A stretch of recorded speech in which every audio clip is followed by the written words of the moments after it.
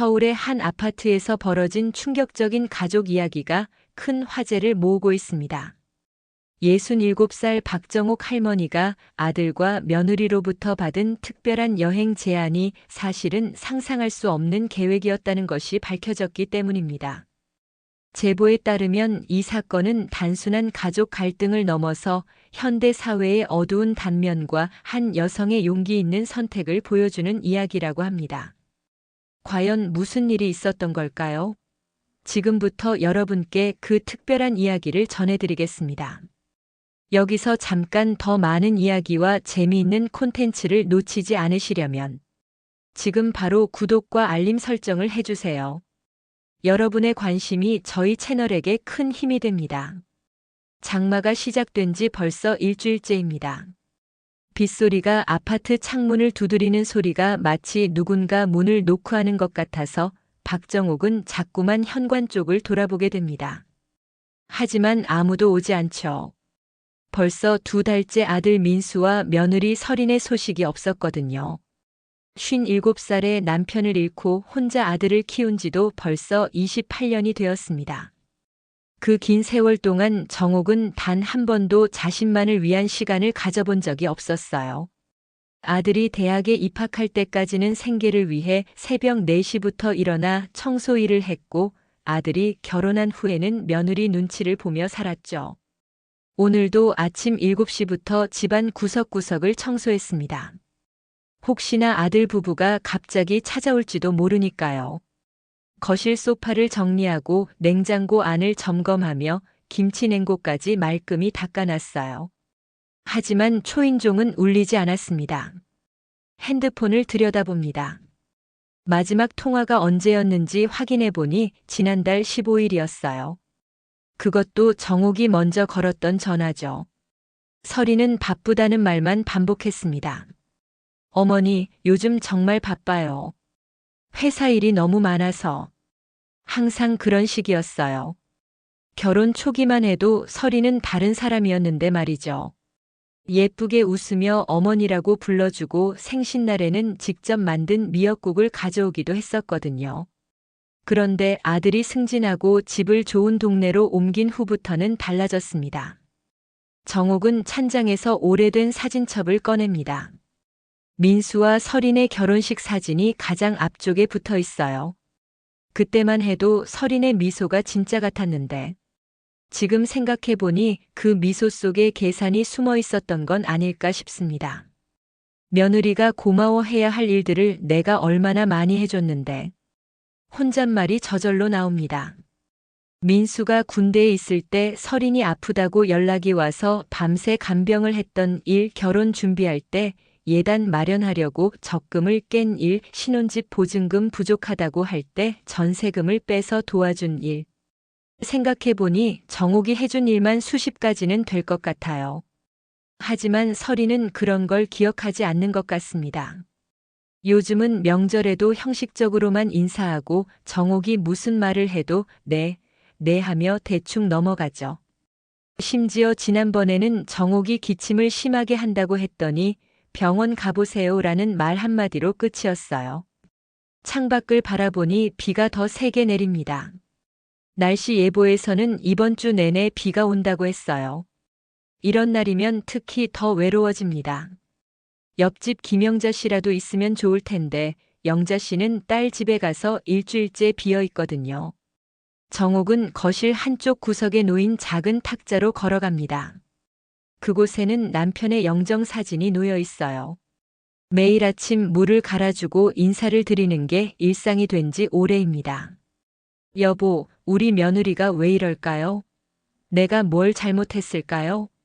남편 사진 속 얼굴은 여전히 온화한 미소를 짓고 있습니다. 살아있을 때처럼 정옥의 마음을 달래주는 것 같아요.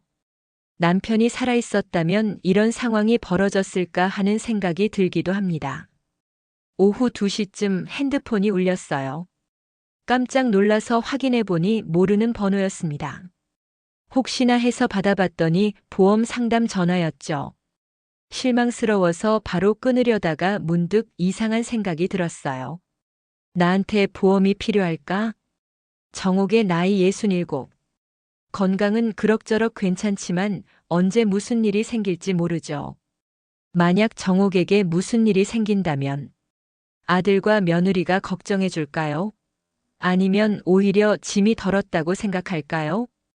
이런 생각을 하는 자신이 처량해집니다. 언제부터 이렇게 비관적이 되었을까요? 예전에는 그래도 희망이 있었는데 말이에요. 민수가 좋은 사람 만나서 결혼하면 행복한 며느리, 착한 며느리가 될 거라고 믿었거든요. 저녁이 되어서야 비가 조금 그쳤습니다. 정옥은 발코니로 나가 빨래를 걷어들입니다. 습한 공기가 폐 깊숙이 들어와서 답답한 마음이 조금은 풀리는 것 같아요. 아래층에서는 아이들이 뛰노는 소리가 들려옵니다. 웃음소리, 엄마가 부르는 소리. 정옥도 그런 시절이 있었죠. 민수가 어렸을 때는 정말 귀여웠어요. 학교에서 돌아오면 엄마 나왔어 하며 달려와서 안겼거든요. 숙제하다가 모르는 게 있으면 정옥에게 물어보곤 했고 밤에는 옆에 누워서 옛날 이야기를 해달라고 졸랐죠. 그때가 제일 행복했나 봐. 혼잣말을 중얼거리며 빨래를 개킵니다. 민수 것도 아니고 며느리 것도 아닌 오직 정옥 것만. 이렇게 작은 빨래 더미를 보니 자신의 존재가 얼마나 작아졌는지 실감이 납니다. 그때 갑자기 현관 초인종이 울렸어요. 깜짝 놀란 정옥은 서둘러 인터폰을 확인합니다. 화면에 비친 얼굴들을 보고 정옥의 가슴이 뛰기 시작했어요. 민수와 설인이었거든요. 어머니, 안녕하세요. 현관문을 열자마자 설인이 밝게 웃으며 인사했습니다. 정옥은 순간 어리둥절했어요. 2달 만에 보는 며느리의 미소가 너무나 환했거든요. 마치 어제 본 사이처럼 자연스럽게 굴었습니다. 설인아, 민수야. 갑자기 어떻게? 깜짝 방문이에요. 어머니 놀라셨죠? 민수도 평소보다 표정이 밝아 보였어요. 손에는 큰 쇼핑백을 들고 있었죠. 그 안에서 과일 상자와 한우 세트가 보였습니다. 정옥은 가슴 한편이 따뜻해지는 걸 느꼈어요. 아이고, 이런 걸 왜 사왔어? 돈이 얼마나 드는데? 어머니를 위해서죠. 요즘 잘 챙겨 드시고 계세요? 설인의 목소리에는 진짜 걱정하는 것 같은 톤이 섞여 있었습니다. 정옥은 잠시 자신이 며느리를 오해했나 하는 생각이 들었어요. 어쩌면 설인도 바쁜 와중에 시어머니를 걱정하고 있었을지도 모르죠. 앉아. 차라도 끓여줄게. 아니에요, 어머니. 제가 할게요. 설인이 부엌으로 향하며 말했습니다. 정옥은 민수와 거실에 앉았어요. 아들의 얼굴을 자세히 보니 조금 살이 찐 것 같았습니다. 요즘 어때? 회사 일은? 그럭저럭요. 어머니는 건강하시죠? 응, 뭐 별일 없어. 그런데 너희 연락도 없이 어떻게 갑자기? 민수가 잠시 머뭇거리더니 설인을 바라봤어요. 설인은 차를 끓이면서 대답했습니다. 사실은 어머니께 드릴 말씀이 있어서 왔어요. 정옥의 가슴이 순간 내려앉았습니다. 좋은 소식일까, 나쁜 소식일까? 설인의 표정만으로는 알 수가 없었어요. 무슨 말이야? 좋은 얘기예요. 어머니를 위한 특별한 계획이 있거든요. 설인이 차를 가져와 정옥 앞에 놓으며 말했습니다. 정옥의 마음이 조금 안정되었어요. 특별한 계획이라니. 혹시 함께 살자는 얘기일까요? 어머니, 혹시 해외여행 가보고 싶으셨던 적 없으세요? 해외여행? 정옥은 깜짝 놀랐어요. 해외여행이라니. 생각해 본 적도 없었거든요. 여권도 없고 영어도 못하는데 무슨 해외여행이란 말인가요? 네, 일본이나 동남아시아 쪽으로요. 어머니 나이에 가시기 정말 좋은 곳들이 많다고 하더라고요. 설인의 목소리에는 확신이 섞여 있었습니다. 마치 이미 모든 걸 계획해 놓은 것 같았어요. 아니야, 나 같은 늙은이가 무슨 해외여행을. 어머니, 나이가 뭐가 중요해요? 요즘 60, 70대 분들 해외여행 많이 다니세요. 민수도 거들었습니다. 정옥은 당황스러웠어요. 갑자기 나타나서 해외여행을 가라니. 뭔가 이상했습니다. 그런데 돈은? 여행비가 얼마나 들어야 하는데? 그 부분은 걱정 마세요. 저희가 다 준비했거든요. 설인이 가방에서 여행 브로셔를 꺼냈습니다. 화려한 사진들이 가득한 팜플릿이었어요. 시니어 전용 동남아 투어라는 제목이 눈에 들어왔습니다. 이거 보세요. 일주일 코스인데 가격도 괜찮고 안전하다고 해요. 가이드가 계속 따라다니니까 걱정할 것도 없고요. 정옥은 브로셔를 받아들며 머뭇거렸습니다. 사진 속 풍경들이 아름답긴 했지만 왠지 마음이 내키지 않았어요. 갑자기 이런 걸 왜? 어머니 혼자 계시는 게 안쓰러워서요. 새로운 경험도 해보시고 기분 전환도 되실 것 같아서. 설인의 말은 그럴듯했습니다. 하지만 정옥은 뭔가 석연치 않은 기분이 들었어요. 평소에 안부 전화 한 통 없던 며느리가 갑자기 이런 제안을 하다니. 그리고 또 하나 어머니께 좋은 소식이 있어요. 설인이 다시 가방에서 서류를 꺼냈습니다. 보험 약관이 빼곡히 적힌 종이었어요. 보험이야? 네, 시니어 전용 여행자 보험이에요. 해외에서 혹시나 무슨 일이 생기면 큰일이니까 미리 준비해 두려고요. 정옥은 서류를 들여다봤지만 내용이 복잡해서 이해하기 어려웠습니다. 한자어들이 너무 많았거든요. 보장 금액이 꽤 크네. 네, 1억 원이에요. 요즘 의료비가 워낙 비싸니까 이 정도는 되어야 안전하죠. 1억 원. 정옥은 그 금액에 놀랐어요. 자신의 전 재산보다도 큰 돈이었거든요. 이거 보험료는 얼마나 들어? 그것도 저희가 다 해드릴게요. 어머니는 서명만 해주시면 돼요. 설인이 펜을 내밀었습니다. 정옥은 잠시 망설였어요. 뭔가 성급한 것 같았거든요. 좀 더 생각해 볼게. 어머니, 여행 날짜가 이미 정해져 있어서요. 다음 주 월요일 출발이거든요. 다음 주 월요일? 정옥은 깜짝 놀랐습니다. 오늘이 목요일인데 다음 주 월요일이면 불과 나흘 후였어요. 너무 급한 것 아니야? 좋은 조건의 상품이라서 빨리 결정해야 한다고 하더라고요. 어머니, 이런 기회가 흔치 않아요. 민수도 거들어 말했습니다. 정옥은 점점 더 당황스러워졌어요. 뭔가 떠밀리는 기분이었거든요.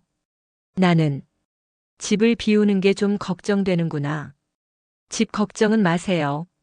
저희가 가끔 와서 확인할게요. 설인의 대답은 너무나 빨랐습니다. 마치 정옥이 무슨 말을 할지 미리 예상하고 있었던 것처럼요. 저녁 시간이 되자 설인이 치킨을 시켜왔습니다. 오랜만에 함께하는 식사였지만 정옥은 왠지 편하지 않았어요. 설인과 민수가 계속 여행 얘기만 했거든요. 어머니, 태국 음식 드셔보셨어요? 정말 맛있다고 하더라고요. 파파야 샐러드, 또명꿍.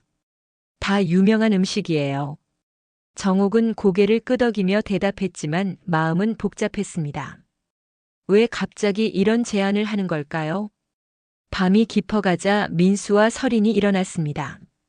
어머니, 내일 다시 올게요. 그때까지 한 번 더 생각해 보세요. 응, 그래. 현관문이 닫히고 나서야 정옥은 한숨을 내쉬었습니다. 뭔가 이상했어요. 평소 같았으면 설인이 설거지라도 도와줬을 텐데 오늘은 그런 것도 없이 그냥 갔거든요. 침대에 누워서도 잠이 오지 않았습니다. 해외여행 1억 원 보험 다음 주 월요일 출발. 모든 게 너무 성급하고 계획적이었어요. 새벽 2시쯤 정옥은 물을 마시려고 부엌으로 나갔습니다. 그때 현관문 밖에서 목소리가 들려왔어요. 민수와 설인의 목소리였습니다. 진짜 될까? 될 거야. 저 늙은이가 뭘 알겠어. 그래도 좀 뭐? 이런 기회가 언제 또 오겠어? 여행 가서 그냥 끝내면 보험금 나와 정옥의 온몸이 얼어붙었습니다. 정옥의 손이 떨렸습니다. 현관문에 귀를 가까이 대고 더 들어보려 했지만 이미 발소리가 멀어지고 있었어요. 민수와 설인이 내려가고 있었거든요. 여행 가서 그냥 끝내면 보험금 나와. 설인의 말이 머릿속에서 맴돕니다. 끝낸다는 게 무슨 뜻일까요? 설마 그런 뜻은 아니겠죠? 정옥은 벽에 기대어 서서 가슴을 쓸어내렸습니다. 심장이 너무 빠르게 뛰어서 숨쉬기가 힘들었어요. 혹시 자신이 잘못 들었을까요? 아니면 다른 뜻일까요? 하지만 설인의 차가운 목소리 톤이 자꾸 떠올랐습니다. 저 늙은이가 뭘 알겠어 라고 했을 때의 그 멸시하는 듯한 어조. 정옥은 자신도 모르게 온몸이 부들부들 떨리기 시작했어요. 거실로 돌아와 소파에 주저앉았습니다. 테이블 위에는 설인이 가져온 여행 브로셔와 보험 서류가 그대로 놓여 있었어요. 아까는 예쁘게 보였던 여행지 사진들이 이제는 무섭게 느껴졌습니다. 보험 서류를 다시 들여다봤어요. 보장 금액 1억 원. 수익자는 민수와 설인으로 되어 있었습니다. 정옥이 죽으면 그들이 1억 원을 받는다는 뜻이었죠. 진짜 그런 마음으로 말을 끝내지 못했습니다. 너무나 끔찍한 생각이었거든요. 자신이 키운 아들과 며느리가 자신의 목숨에 돈을 걸었다니 믿고 싶지 않았어요. 새벽 3시, 4시. 정옥은 한잠도 잘 수 없었습니다. 계속해서 설인의 말이 되풀이되었거든요.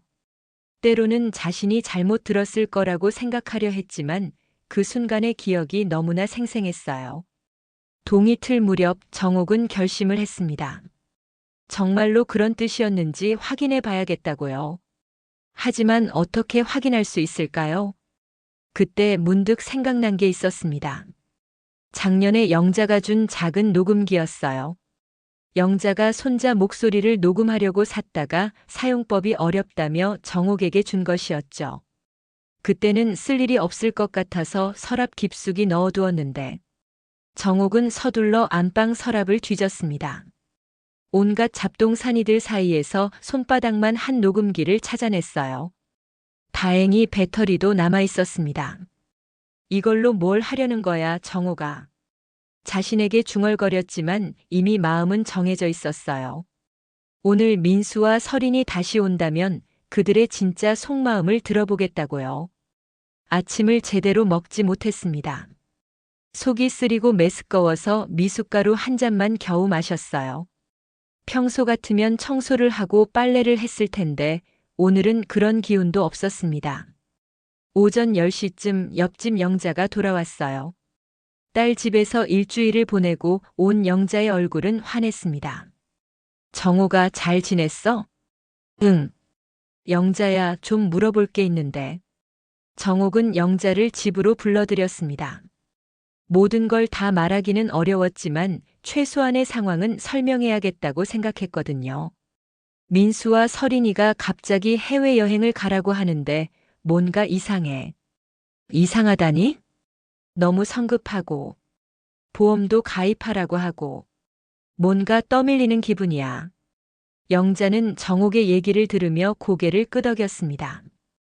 오랜 친구라 그런지 정옥의 불안한 마음을 금세 알아챈 것 같았어요. 정옥아, 내 마음이 내키지 않으면 안 가면 되는 거야. 무슨 일이든 마음이 편해야 하는 거 아니야? 그런데 며느리가 이런 기회가 흔치 않다고. 흔치 않으면 어때? 내 마음이 제일 중요한 거지. 영자의 말이 큰 힘이 되었습니다. 그래요, 자신의 마음이 제일 중요한 거였어요. 오후 2시쯤 민수에게서 전화가 왔습니다. 어머니, 오늘 오후에 갈게요. 결정하셨죠? 좀 더 생각해 봐야겠다. 어머니, 너무 오래 생각하시면 기회를 놓쳐요. 오늘 서류 처리해야 월요일에 출발할 수 있어요. 민수의 목소리에도 재촉하는 기색이 역력했습니다.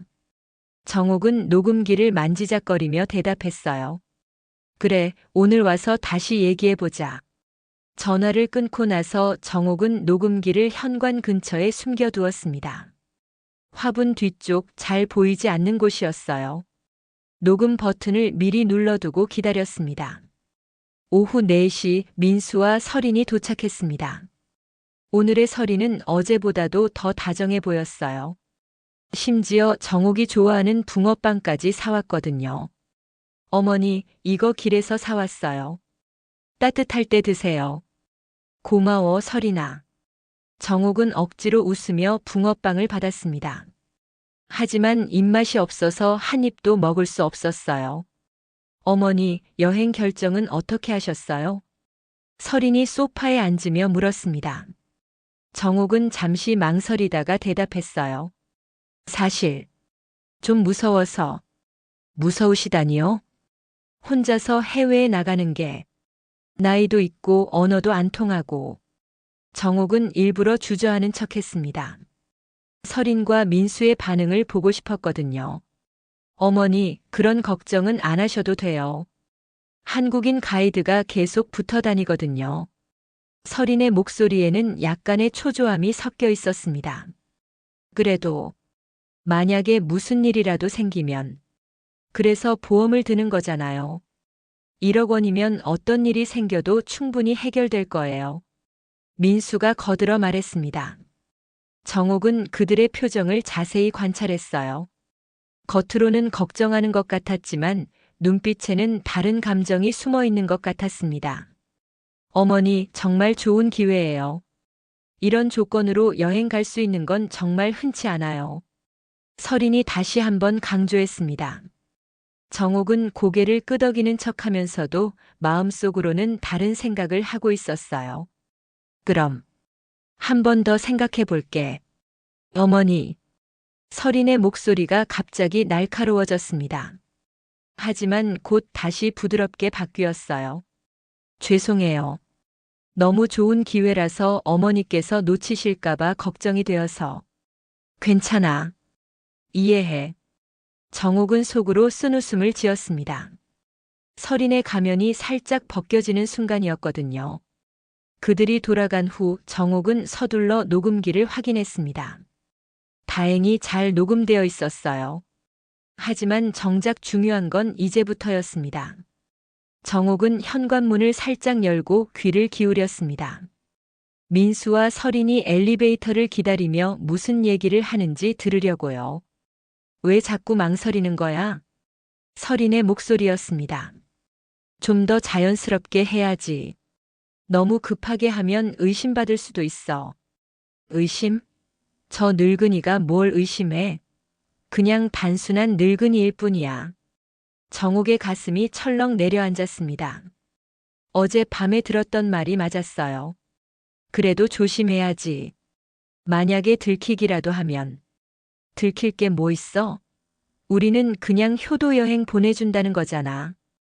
거기서 무슨 일이 생기는 건 사고니까. 엘리베이터가 도착하는 소리가 들렸습니다. 정옥은 서둘러 문을 닫고 벽에 기댔어요. 온몸에 힘이 빠지는 것 같았습니다. 사고. 서린이 한 말이 무슨 뜻인지 이제 확실해졌습니다. 정말로 자신을 죽이려는 계획이었어요. 그것도 사고로 위장해서요. 정옥은 주저앉아 울고 싶었지만 눈물이 나오지 않았습니다.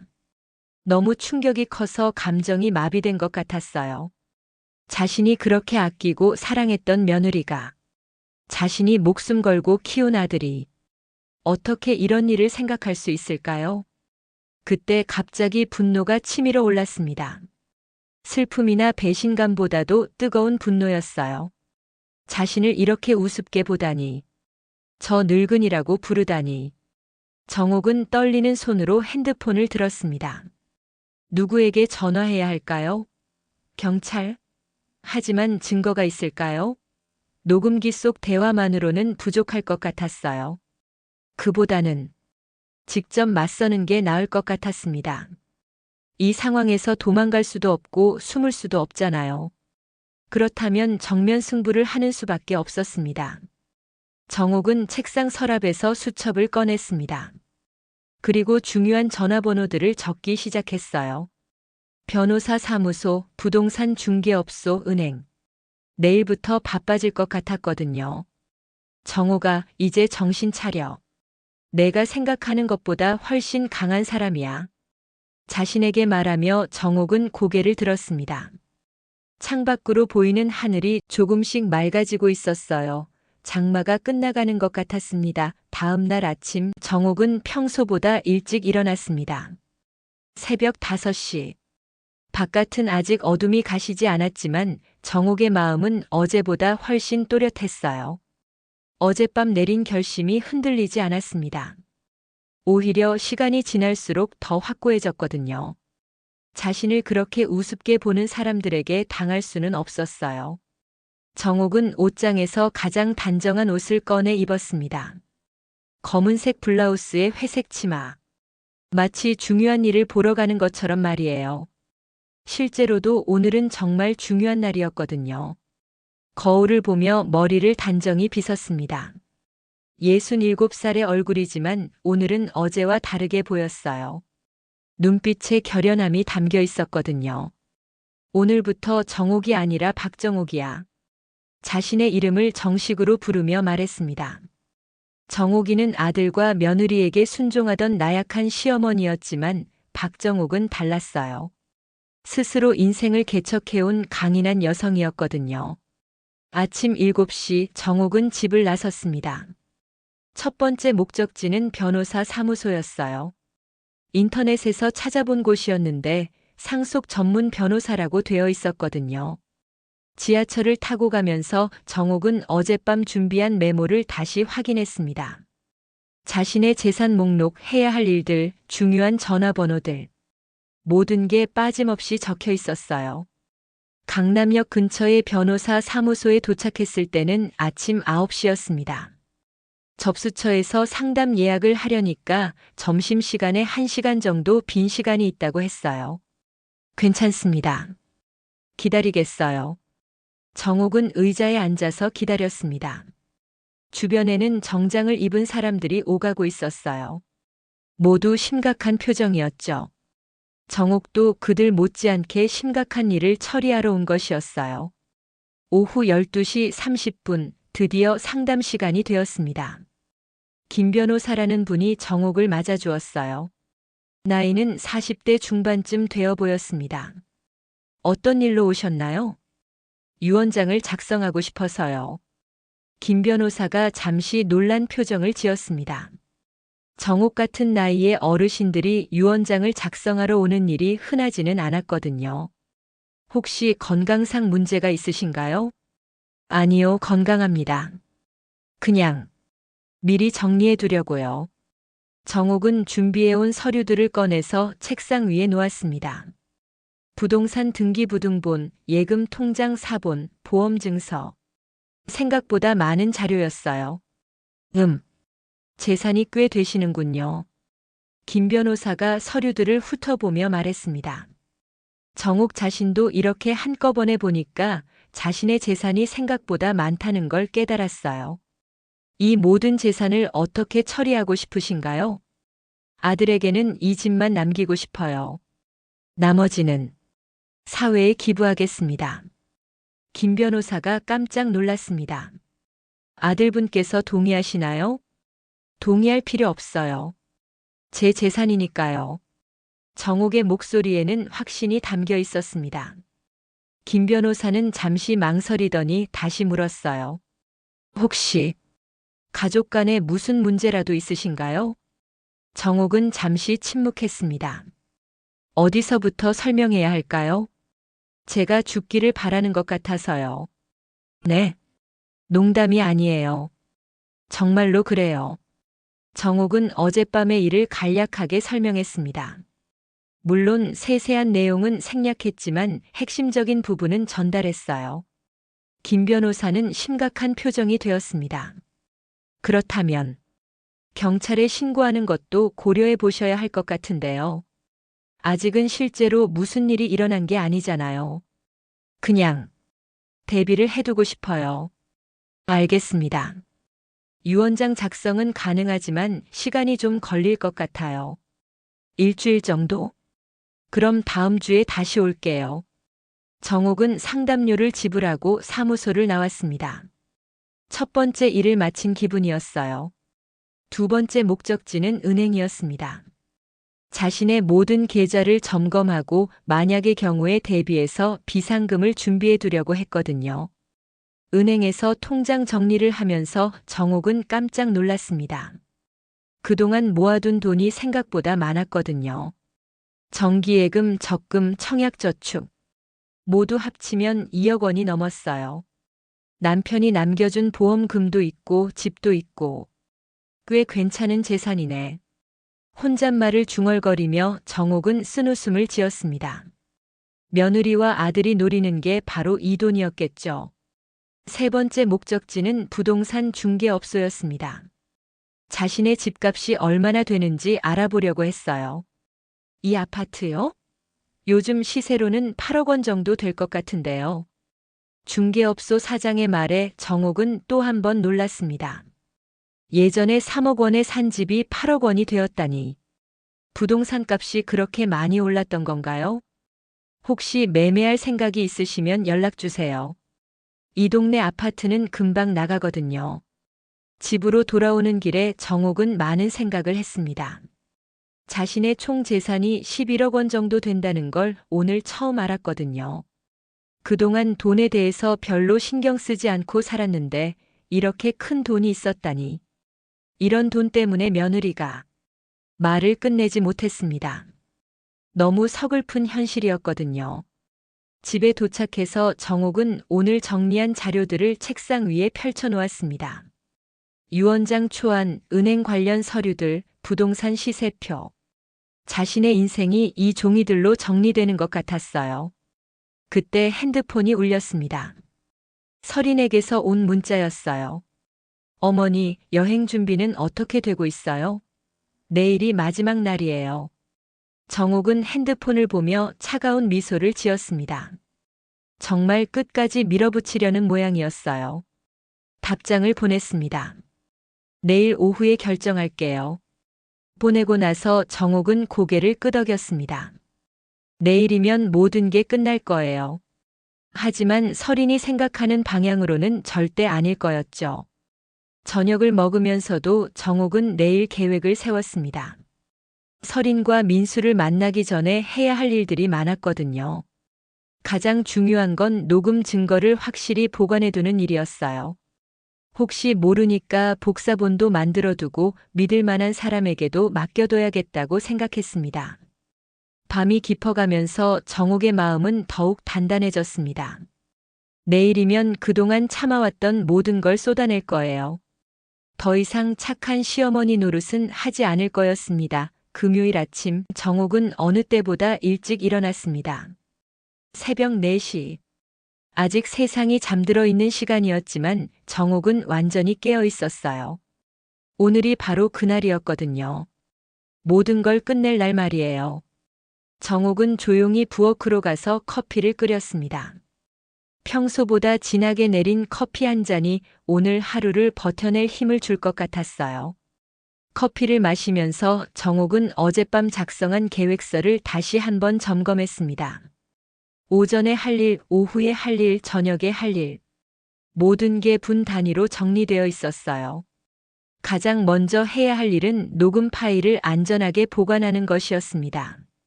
정옥은 녹음기에서 파일을 컴퓨터로 옮기고 USB에도 복사해뒀어요. 그리고 가장 중요한 건 영자에게도 하나 맡기는 것이었죠. 아침 8시 정옥은 영자의 집을 찾아갔습니다. 정옥아, 이른 아침에 웬일이야? 영자야, 부탁할 게 있어. 정옥은 USB를 영자에게 건네며 설명했습니다. 물론 모든 내용을 다 말할 수는 없었지만 중요한 증거라는 것만큼은 확실히 전달했어요. 이거 혹시 내게 무슨 일이 생기면 경찰서에 가져다 줘. 무슨 일이 생긴다니? 정옥아, 무슨 일이야? 영자의 얼굴에 걱정이 스쳤습니다. 정옥은 영자의 손을 잡으며 말했어요. 지금은 말할 수 없어. 하지만 정말 중요한 거야. 부탁해. 알았어. 그런데 정옥아, 정말 조심해야 해. 내 얼굴이 요즘 이상해. 영자의 말에 정옥은 쓴웃음을 지었습니다. 거울을 보면 자신도 느껴지거든요. 며칠 사이에 많이 늙은 것 같았어요. 영자와 헤어진 후 정옥은 두 번째 장소로 향했습니다. 어제 갔던 변호사 사무소였어요. 유언장이 완성되지는 않았지만 최소한의 의사표시는 해두고 싶었거든요. 어제 상담받았던 박정옥입니다. 급한 일이 생겨서 왔어요. 김 변호사는 바쁜 와중에도 정옥을 만나주었습니다. 무슨 일이신가요? 혹시 제게 무슨 일이 생기면 어제 말씀드린 내용대로 처리해 주세요. 유언장이 완성되지 않았더라도요. 아직 법적 효력은 없지만 의사를 기록해두는 정도는 가능합니다. 김 변호사는 정옥의 심각한 표정을 보고 간단한 문서를 작성해 줬어요. 물론 정식 유언장은 아니었지만 최소한의 보험은 되었죠. 오전 11시 정옥은 집으로 돌아왔습니다. 이제 마지막 준비를 할 시간이었어요. 정옥은 자신의 방을 정리하기 시작했습니다. 중요한 서류들은 한 곳에 모아두고 만약을 대비해서 간단한 짐도 챙겨뒀어요. 어떤 상황이 벌어질지 모르니까요. 오후 1시쯤 민수에게서 전화가 왔습니다. 어머니, 오늘 결정하신다고 하셨죠? 몇 시에 갈까요? 3시에 와. 네, 알겠습니다. 전화를 끊고 나서 정옥은 심호흡을 했습니다. 이제 2시간 후면 모든 게 시작될 거예요. 정옥은 거실을 다시 한번 점검했습니다. 녹음기는 어제와 같은 자리에 숨겨뒀고 책상 위에는 여행 관련 서류들을 그대로 놓아뒀어요. 겉으로는 아무 변화가 없어 보이게 하려고 했거든요. 오후 2시 50분. 정옥은 소파에 앉아서 시계를 바라봤습니다. 초침이 움직일 때마다 가슴이 두근거렸어요. 무섭기도 했지만 한편으로는 후련한 기분도 들었습니다. 드디어 이 모든 게 끝날 거라는 생각 때문이었죠. 정확히 3시 초인종이 울렸습니다. 정옥은 천천히 일어나서 현관으로 갔습니다. 인터폰 화면에는 민수와 설인의 모습이 비쳐 있었어요. 평소와 다를 바 없는 모습이었죠. 어서 와. 문을 열자 설인이 환하게 웃으며 인사했습니다. 어머니, 오늘 날씨 정말 좋죠? 여행하기 딱 좋은 날씨예요. 그래, 들어와. 민수와 설인이 거실로 들어오자 정옥은 문을 닫았습니다. 그리고 마음속으로 중얼거렸어요. 이제 시작이야. 설인은 가방에서 또 다른 서류를 꺼냈습니다. 어머니, 어제 보험 서류 다시 검토해 봤는데 조건이 더 좋아졌어요. 더 좋아졌다고? 네, 보장 금액이 1억 5천만 원으로 올랐어요. 그리고 여행 중 사고 보장도 추가됐고요. 정옥은 서류를 받아들면서 차가운 미소를 지었습니다. 여행 중 사고 보장이라. 정말 치밀하게 계획한 모양이었어요. 조건이 좋아진 만큼 서둘러야 해요. 월요일 아침 비행기니까 내일 토요일에는 모든 준비를 끝내야 하거든요. 민수가 재촉하듯 말했습니다. 정옥은 고개를 끄덕이며 대답했어요. 알겠어. 그런데 한 가지 물어볼 게 있어. 네, 뭐든지 물어보세요. 너희가 정말로 나를 걱정해서 이런 일을 하는 거야? 설인과 민수가 잠시 당황한 표정을 지었습니다. 당연하죠, 어머니. 어머니를 위해서요. 설인이 대답했지만 목소리에 약간의 떨림이 있었어요. 정말로? 정옥이 다시 물었습니다. 이번에는 좀 더 날카로운 시선으로요. 어머니, 갑자기 왜 그러세요? 민수가 어색하게 웃으며 말했습니다. 정옥은 일어나서 책상으로 갔습니다. 그리고 서랍에서 녹음기를 꺼냈어요. 이걸 들어보면 알겠지. 녹음기의 재생 버튼을 눌렀습니다. 곧 설인의 목소리가 흘러나왔어요. 저 늙은이가 뭘 알겠어? 그냥 단순한 늙은이일 뿐이야. 여행 가서 그냥. 끝내면 보험금 나와. 거실이 조용해졌습니다. 민수와 설인의 얼굴이 하얗게 변했어요. 정옥은 녹음기를 끄고 두 사람을 바라봤습니다. 이제 알겠지? 너희가 정말로 무슨 생각을 하고 있는지 말이야. 거실의 침묵이 길게 이어졌습니다. 설인의 얼굴은 창백해졌고 민수는 입을 벌린 채 아무 말도 하지 못했어요. 정옥만 홀로 차분하게 서 있었습니다. 어머니 이건. 민수가 떨리는 목소리로 말을 시작하려 했지만 정옥이 손을 들어막았어요. 변명하지 마. 다 들었어. 정옥의 목소리는 평소와 달리 단호했습니다. 그동안 숨겨왔던 강인함이 드러나는 순간이었죠.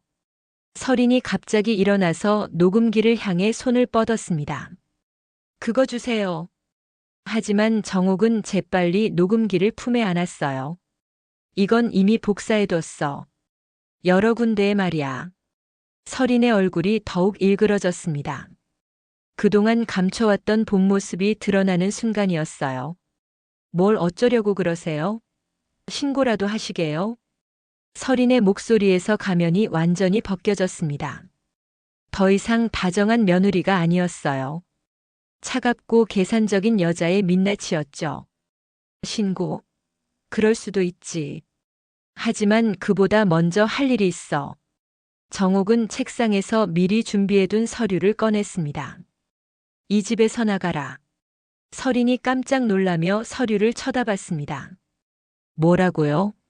내 집에서 나가라고 했어. 너 같은 며느리는 필요 없어.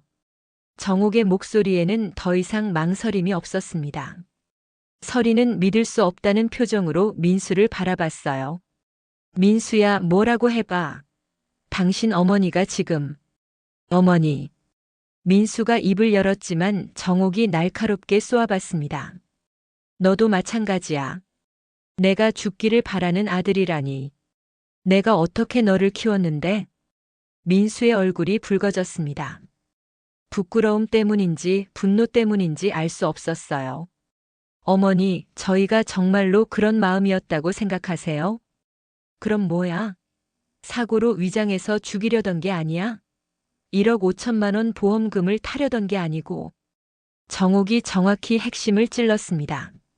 설인의 얼굴이 더욱 굳어졌어요. 증거도 없으면서 무슨 소리예요? 증거? 이 녹음기가 증거 아니야? 그리고 정옥은 핸드폰을 꺼내서 화면을 보여줬습니다. 너희가 나한테 가입시키려던 보험 약관도 다 조사해봤어. 해외여행 중 사고 사일 경우에만 보장 금액이 최대로 나오게 되어 있더라. 설인과 민수가 당황한 표정을 지었습니다. 정옥이 생각보다 훨씬 철저하게 준비했다는 걸 깨달은 거였어요. 그리고 여행 일정도 이상해. 왜 하필 외진 산악지대로만 가게 되어 있는지 궁금하더라. 정옥의 말에 설인의 얼굴이 창백해졌습니다. 모든 계획이 들통났다는 걸 깨달은 거였죠. 어머니, 오해하고 계세요. 저희는 정말. 오해? 그럼 지금 당장 여행 취소하고 보험도 해지해봐. 할 수 있어? 정옥의 도전에 설인은 대답하지 못했습니다. 갑자기 설인이 자리에서 벌떡 일어났어요. 좋아요. 그렇게 나오시는 거죠? 그럼 저희도 할 말이 있어요. 설인의 목소리가 날카로워졌습니다. 어머니가 저희한테 뭘 해주신 게 있어요? 결혼할 때부터 지금까지 계속 집만 되셨잖아요. 설인아. 민수가 말리려 했지만 설인은 이미 흥분한 상태였어요. 무슨 시어머니가 며느리 집에 맨날 전화해서 이것저것 간섭하고 명절 때마다 온갖 잔소리하고. 정말 지겨웠거든요. 정옥은 설인의 말을 조용히 들었습니다. 예상했던 반응이었거든요. 그런데 돈은 필요했구나. 내 돈은 말이야. 그게 뭐가 잘못됐어요? 어차피 나중에는 다 민수 거 될 건데. 나중에? 내가 죽고 나서 말이지. 정옥의 말에 설인이 순간 말문이 막혔습니다. 그래, 솔직해져서 좋다. 이제야 내 진짜 마음을 보는구나. 정옥은 냉소적으로 웃었습니다. 어머니, 제발. 민수가 애원하듯 말했지만 정옥은 고개를 저었어요. 민수야, 너도 똑같아. 엄마가 부담스럽고 빨리 없어졌으면 하는 마음이었잖아. 그런 게 아니에요.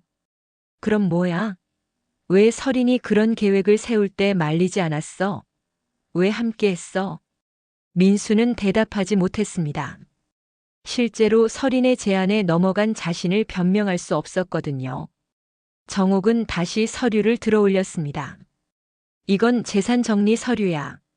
오늘부터 내 모든 재산을 사회에 기부하기로 했어. 뭐라고요? 설인이 소리쳤습니다. 집도 예금도 보험금도 모든 걸 자선단체에 기부해. 너희는 한 푼도 못 받아. 그럴 권리가 어디 있어요? 내 돈인데 왜 권리가 없어? 내가 벌고 내가 모은 돈을. 아니에요. 그 돈은 우리 것이에요. 민수가 받을 돈이라고요. 설인이 완전히 이성을 잃었습니다. 그동안 숨겨왔던 탐욕이 적나라하게 드러났어요. 우리 것? 웃기는 소리 하지 마. 너희는 내가 죽기만 기다렸잖아. 정옥의 말에 설인이 더욱 흥분했습니다. 그럼 어쩌라고요? 어머니는 언제까지 살 거예요? 저희는 언제까지 기다려야 해요? 정옥은 설인의 말을 듣고 오히려 마음이 편해졌습니다. 이제야 모든 게 명확해졌거든요. 그래, 이제야 솔직해지는구나. 처음부터 그렇게 말했으면 좋았을 텐데. 정옥은 핸드폰을 들어서 번호를 눌렀습니다. 뭐 하는 거예요? 경찰서에 신고하는 거야. 살인 미수로 말이야. 안 돼요. 설인이 핸드폰을 빼앗으려 했지만 정옥은 이미 전화를 걸었어요. 여보세요, 경찰서죠? 신고할 일이 있어서. 어머니, 제발. 민수가 무릎을 꿇고 애원했습니다. 하지만 정옥의 마음은 이미 정해져 있었어요. 너무 늦었어, 민수야. 전화를 끊고 나서 정옥은 두 사람을 바라봤습니다. 경찰이 곧 올 거야. 그때까지 여기서 기다려. 설인이 가방을 들고 일어났습니다. 저는 안 기다려요. 갈 거예요. 가지 마. 도망가면 더 큰일 돼. 하지만 설인은 이미 현관으로 향하고 있었어요. 민수가 따라서 일어났습니다. 어머니, 저희가 잘못했어요. 제발 용서해 주세요. 정옥은 민수를 바라보며 마지막으로 말했습니다. 용서? 그건 내가 결정할 일이야. 하지만 지금은 너무 실망스러워. 민수의 눈에 눈물이 맺혔습니다. 하지만 정옥은 더 이상 마음이 움직이지 않았어요. 이제 가. 그리고 다시는 내 앞에 나타나지 마. 현관문이 닫히고 나서야 정옥은 주저앉았습니다. 모든 힘이 빠지는 것 같았어요. 하지만 후회는 없었습니다. 이제야 진짜 자유로워진 기분이었거든요. 경찰이 도착한 건 1시간 후였습니다. 정옥은 그 시간 동안 차분히 모든 증거를 정리했어요. 녹음 파일, 보험 서류, 여행 계획서. 모든 게 설인과 민수의 계획을 보여주는 증거였거든요. 박정옥 씨죠? 신고 접수된 건으로 왔습니다. 젊은 경찰관 2명이 찾아왔어요. 정옥은 침착하게 상황을 설명했습니다. 며느리와 아들이 저를 죽이려는 계획을 세웠어요. 해외여행을 핑계로 해서요. 경찰관들은 처음에는 반신반의하는 표정이었습니다. 하지만 녹음 파일을 듣고 나서는 심각한 얼굴이 되었어요. 이건 정말 심각한 문제네요. 보험 서류도 보세요. 여행 중 사고사에 대한 보장 금액이 특별히 높게 책정되어 있어요. 정옥이 준비한 자료들을 보여주자 경찰관들이 서로 눈빛을 주고받았습니다. 일단 관련자들을 불러서 조사해야겠네요. 지금 어디 있는지 아세요? 집으로 갔을 거예요. 주소 알려드릴게요. 정옥은 민수와 설인의 주소를 적어줬습니다. 경찰관들이 가려고 하자 정옥이 말했어요. 설인이는 도망갈 수도 있어요. 조심하세요. 알겠습니다.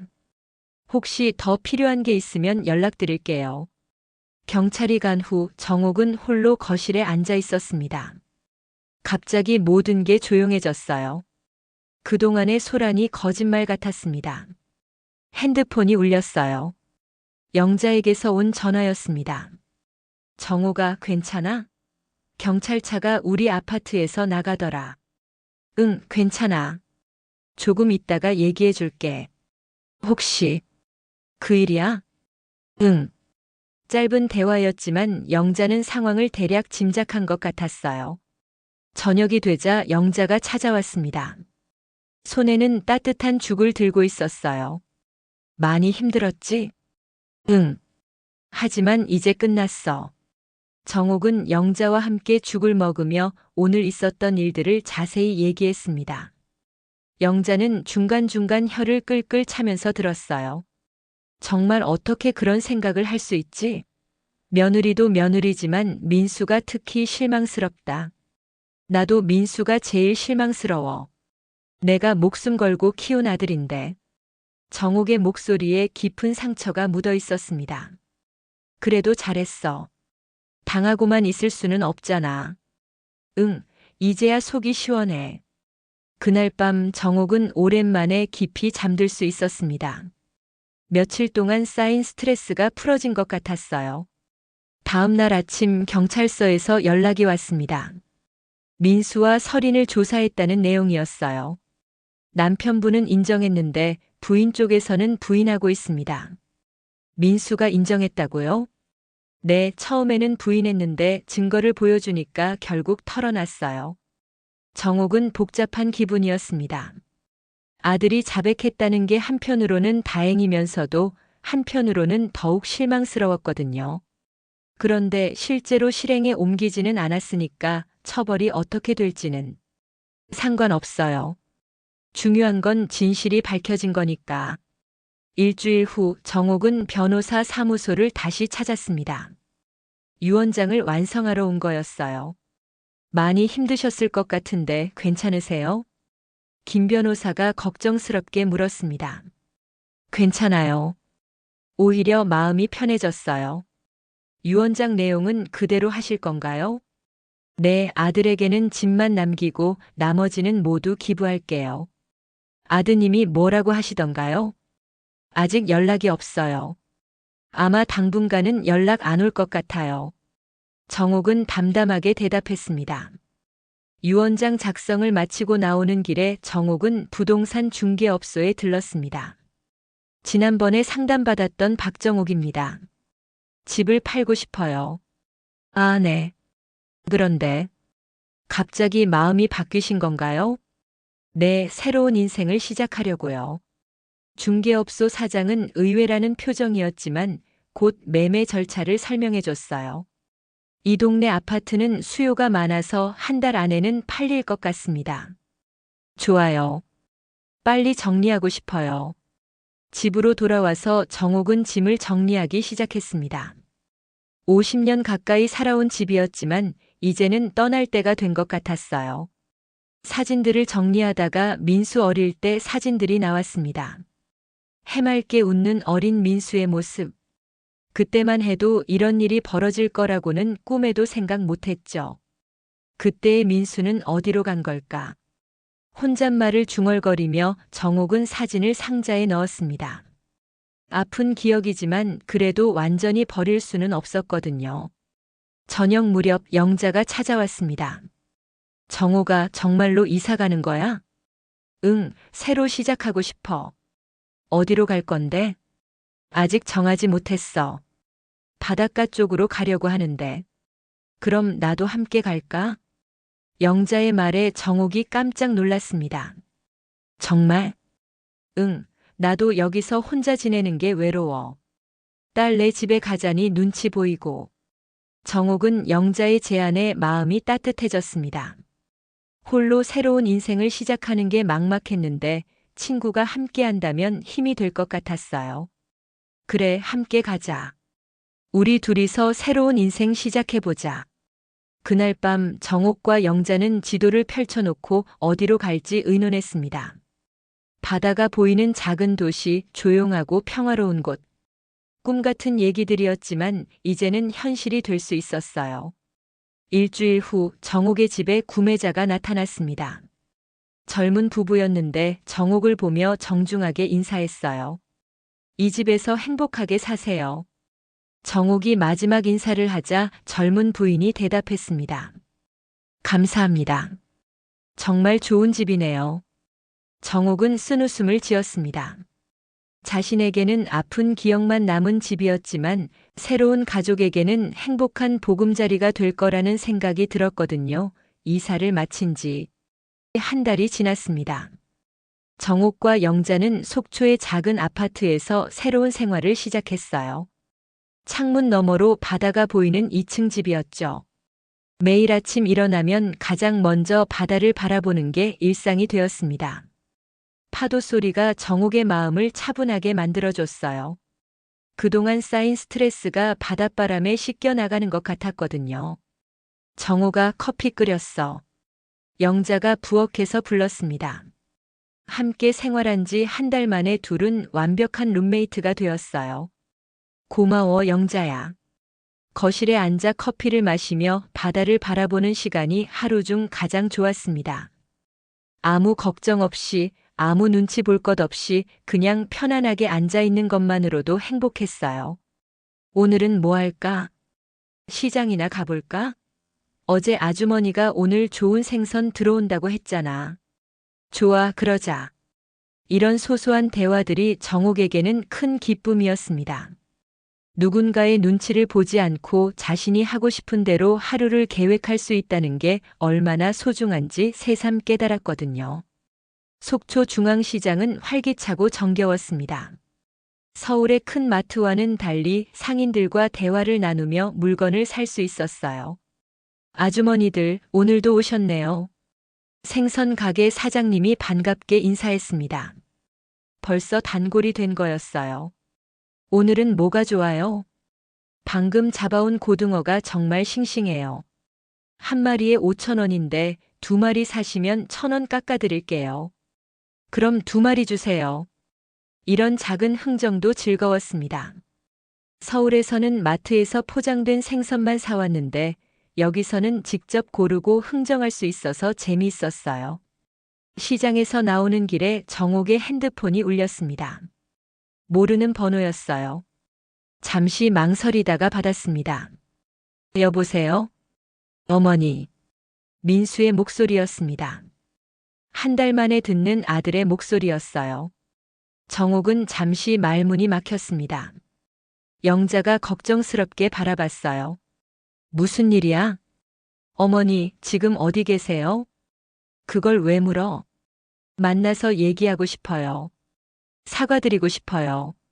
민수의 목소리에는 진심이 담겨 있는 것 같았습니다. 하지만 정옥은 쉽게 마음이 움직이지 않았어요. 사과? 지금 와서? 어머니, 제발. 한 번만 만나주세요. 나는 이제 새로운 인생을 살고 있어. 과거로 돌아갈 생각 없어. 어머니. 그리고 서린이는 어떻게 됐어? 잠시 침묵이 흘렀습니다. 이혼했어요. 이혼? 네. 이 일이 있고 나서 더 이상 함께 살 수 없을 것 같아서. 정옥은 예상했던 일이라 별로 놀라지 않았습니다. 그런데 그게 나랑 무슨 상관이야? 어머니, 저 혼자 반성하고 있어요. 정말 잘못했다는 걸 깨달았어요. 반성? 그게 뭐가 중요해? 이미 다 끝난 일이야. 정옥의 목소리는 차가웠습니다. 어머니, 제발 한 번만. 민수야, 나는 이제 내 어머니가 아니야. 그냥 박정옥이라는 한 사람으로 살고 싶어. 어머니, 더 이상 연락하지 마. 나는 과거를 잊고 새로 시작했으니까. 전화를 끊고 나서 정옥은 한숨을 내쉬었습니다. 영자가 어깨를 토닥여줬어요. 힘들지? 괜찮아. 예상했던 일이야. 그래도 아들인데. 아들이라고 다 용서해 줄 수는 없어. 어떤 선은 넘으면 안 되는 거야. 영자는 더 이상 묻지 않았습니다. 정옥의 마음을 이해했거든요. 집으로 돌아와서 고등어를 구우며 정옥은 생각에 잠겼습니다. 민수의 목소리에서 진짜 후회가 느껴지기는 했어요. 하지만 그렇다고 해서 모든 게 원래대로 돌아갈 수는 없었습니다. 영자야, 나 잘하고 있는 거 맞지? 당연하지. 내가 잘못한 게 뭐가 있어? 그런데 가끔 너무 냉정한 건 아닌가 싶어. 냉정한 게 아니라 현실적인 거야. 내가 얼마나 힘들었는데. 이제 편하게 살 권리가 있어. 영자의 말에 정옥은 고개를 끄덕였습니다. 저녁을 먹고 나서 두 사람은 바닷가로 산책을 나갔습니다. 해질녘의 바다는 정말 아름다웠어요. 주황빛으로 물든 하늘과 파도가 만드는 광경이 그림 같았습니다. 정옥아, 여기서 사는 거 어때? 정말 좋아. 마음이 편해. 나도. 딸 집에서 눈치 보며 사는 것보다 훨씬 좋아. 두 사람은 파도 소리를 들으며 천천히 걸었습니다. 가끔 지나가는 사람들과 인사를 나누기도 했어요. 이제는 동네 사람들도 어느 정도 알게 되었거든요. 영자야, 고마워. 뭐가? 함께 와줘서. 혼자였으면 많이 외로웠을 텐데. 무슨 소리야? 나도 고마운걸. 혼자 늙어가는 게 얼마나 무서웠는데. 두 사람의 우정이 더욱 깊어지는 순간이었습니다. 집으로 돌아와서 정옥은 일기를 썼습니다. 서울을 떠나온 후부터 매일 일기를 쓰기 시작했거든요. 오늘은 민수에게서 연락이 왔다. 사과하고 싶다고 했지만 이미 늦었다. 나는 더 이상 그들의 어머니가 아니다. 이제는 나 자신으로 살고 싶다. 일기를 쓰고 나니 마음이 더욱 정리되었습니다. 며칠 후 정옥에게 택배가 도착했습니다. 보내는 사람은 민수였어요. 상자 안에는 편지와 함께 정옥의 옛 물건들이 들어 있었습니다. 편지를 읽어봤습니다. 어머니의 물건들을 정리하다가 이것들을 발견했습니다. 어머니께서 소중히 여기셨던 것들이라 보내드립니다. 정말 죄송합니다. 용서를 구하지는 않겠습니다. 다만 어머니께서 건강하고 행복하게 지내시기를 바랍니다. 민수올림. 편지는 짧았지만 진심이 담겨 있는 것 같았어요. 상자 안에는 정옥이 아끼던 남편의 유품들과 어린 민수 사진들이 들어 있었습니다. 정옥은 사진들을 하나하나 들여다봤습니다. 갓난아기였던 민수, 첫돌 때의 민수, 초등학교 입학식의 민수. 그때는 정말 순수하고 예쁜 아이였어요. 언제부터 변한 걸까? 혼잣말을 중얼거리며 정옥은 사진을 내려놓았습니다. 과거를 그리워해봤자 달라질 건 없었거든요. 영자가 옆에서 지켜보다가 말했어요. 그래도 보내온 걸 보니까 마음은 있는 것 같은데? 마음이 있으면 뭐해? 이미 돌이킬 수 없는 일을 했는데. 그래도 아들이잖아. 영자야, 혈연이라고 다 용서되는 건 아니야. 어떤 선은 절대 넘으면 안 되는 거라고. 정옥의 목소리에는 확신이 담겨 있었습니다. 그날 오후 정옥은 변호사에게 전화를 걸었습니다. 김 변호사님, 유언장 수정하고 싶어요. 어떤 부분을 수정하시겠어요? 아들에게 남겨주려던 집도 기부하기로 했어요. 모든 재산을 다 기부할게요. 혹시 마음이 바뀌신 건가요? 아니요, 더 확실해졌어요. 김 변호사는 잠시 망설이더니 말했습니다. 한 번 더 신중히 생각해 보시는 게 어떨까요? 혈육을 완전히 끊는다는 건 이미 끊어졌어요. 제 쪽에서가 아니라 그들 쪽에서 말이에요. 일주일 후 정옥은 서울로 올라가서 유언장을 수정했습니다. 이제 정말로 민수에게 남겨줄 것은 아무것도 없었어요. 변호사 사무소에서 나오는 길에 정옥은 예전에 살던 아파트 근처를 지나갔습니다. 새로운 가족이 이사 온 후 분위기가 많이 달라져 보였어요. 아이들 웃음소리가 들리고 빨래가 예쁘게 널려 있었죠. 역시 새 가족에게는 행복한 집이 되었구나. 정옥은 만족스럽게 웃으며 그 자리를 떠났습니다. 속초로 돌아오는 기차 안에서 정옥은 창밖 풍경을 바라봤습니다. 가을이 깊어가고 있었어요. 나뭇잎들이 노랗게 물들어가는 것이 아름다웠습니다. 내 인생도 가을이구나. 하지만 나쁘지 않아. 정옥은 자신의 선택에 만족했습니다. 비록 아들과의 관계는 끝났지만 자신만의 인생을 찾았거든요. 집에 도착하니 영자가 저녁을 준비하고 있었습니다. 어떻게 됐어? 다 끝났어. 이제 정말로 자유야. 그럼 오늘은 축하하는 의미로 맛있는 거 먹자. 영자가 미리 사둔 소고기를 꺼냈습니다. 두 사람은 함께 고기를 구우며 새로운 시작을 축하했어요. 정호가 혹시 후회되지 않아? 전혀. 오히려 속이 시원해. 그럼 됐어. 앞으로는 우리 둘이 잘 살아보자. 응, 그러자. 그날 밤 정옥은 일기에 마지막 문장을 썼습니다. 오늘로써 박정옥의 새로운 인생이 완전히 시작되었다. 더 이상 누구의 어머니도 누구의 시어머니도 아닌 오직 나 자신으로 살아갈 것이다. 용서는 선택이 아니다. 존엄을 지키는 방식일 뿐이다.